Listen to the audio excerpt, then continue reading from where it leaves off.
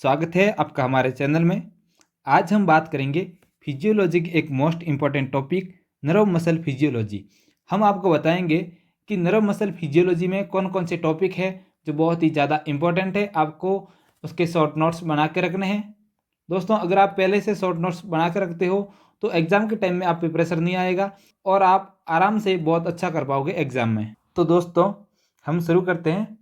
दोस्तों, पहला टॉपिक है genesis of resting membrane potential.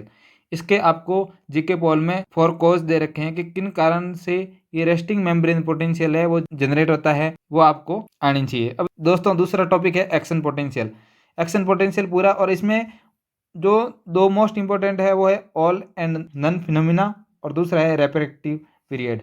तो वाइवा में ये क्वेश्चन पूछ देते हैं कि रेफ्रैक्टिव पीरियड्स किसको बोलते हैं, रिलेटिव रेफ्रैक्टिव पीरियड्स क्या होता है। दोस्तों, तीसरा मोस्ट इंपॉर्टेंट टॉपिक है प्रॉपर्टी ऑफ नर्व फाइबर्स।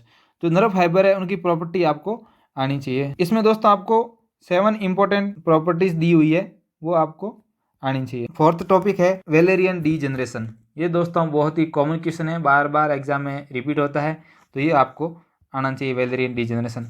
इसमें आपको एक डायग्राम भी दे रखा है, उससे आप आसानी से समझ जाओगे। वो डायग्राम आपको याद होना चाहिए। दोस्तों, आपका फिफ्थ टॉपिक है न्यूरोमस्कुलर जंक्शन, और इसमें सिनेप्टिक ट्रांसमिशन की मैकेनिज्म है, ये मोस्ट इंपॉर्टेंट है, ये बार बार एग्जाम में आती है। सिक्स्थ टॉपिक है माइस्थेनिया ग्रेविस। पूरा क्वेश्चन आता है, इसके ट्रीटमेंट वगैरह पूरा आपको पूरा पढ़ना है। माइस्थेनिया ग्रेविस बहुत ज़्यादा इंपॉर्टेंट है। Denervation hyper sensitivity. तो दोस्तों, जो डीनर्वेशन हाइपर सेंसिटिविटी होती है, ये आपको वाइवा में क्वेश्चन पूछते हैं कि डीनर्वेशन हाइपर सेंसिटिविटी क्या होती है, तो ये आपको पता होनी चाहिए। कभी कभी थ्योरी में भी पूछ लेंगे। एक्साइटेशन कॉन्ट्रैक्शन कपलिंग बहुत ज़्यादा इंपॉर्टेंट है, एग्जाम में बहुत बार आता है।